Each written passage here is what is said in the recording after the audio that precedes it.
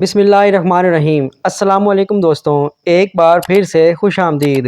ناظرین کرام، حضرت علی کا فرمان ہے کہ میری 5 باتیں یاد رکھو، ان کو کبھی مت بھولنا۔ یہ ایسی باتیں ہیں، اگر تم لوگ اونٹوں پر سوار ہو کر ان کی تلاش میں نکلو تو اپنے اونٹوں کو کمزور اور دبلا بنا لو گے، مگر یہ باتیں تمہیں کبھی نہیں ملیں گی۔ نمبر 1، آدمی اپنے رب کے سوا کسی سے امید نہ رکھے، کیونکہ لوگ صرف خود کے سگے ہوتے ہیں۔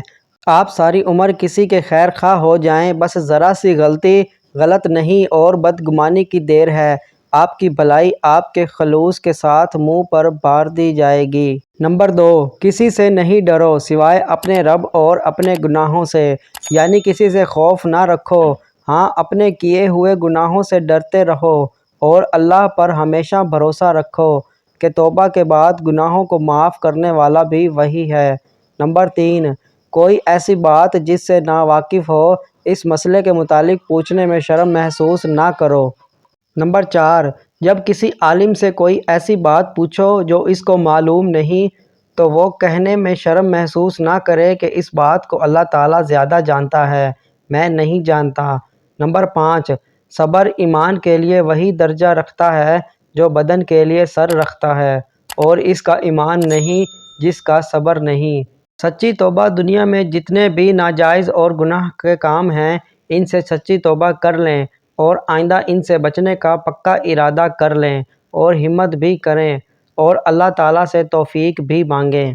ہر کام میں اخلاص، وہ کام جس میں دین اور دنیا کا نفع ہے، جن کو عبادت بھی کہہ سکتے ہیں، جائز اور مباح بھی کہہ سکتے ہیں، اس کے اندر تو ہم صرف اللہ کے واسطے کرنے کی نیت کر لیں۔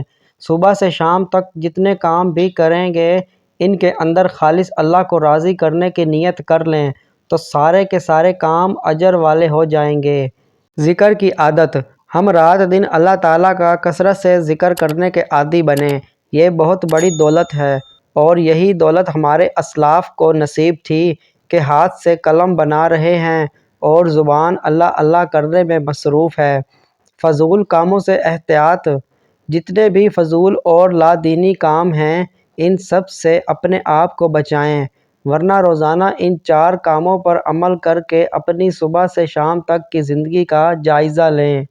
دینی کتب کے مطالعے کا شوق، دہلی میں ایک طالب علم نے جو بہت غریب تھے اور مطالعے کے لیے تیل نہ ہونے کی وجہ سے پریشان تھے، انہوں نے ایک دکاندار سے کہا کہ میں تمہاری دکان کا رات کا پہرہ دیا کروں گا، میرے رات بھر کے تیل کا انتظام کر دیا جائے۔ دکاندار خوش ہوا کہ اتنی کم اجرت پر آدمی مل گیا، اور یہ طالب علم خوش ہوئے کہ میرے مطالعے کا انتظام ہو گیا، اس لیے یومیہ کوئی وقت مقرر کر کے اہل علم کے مشورے سے دینی کتب کا مطالعہ ضروری کریں۔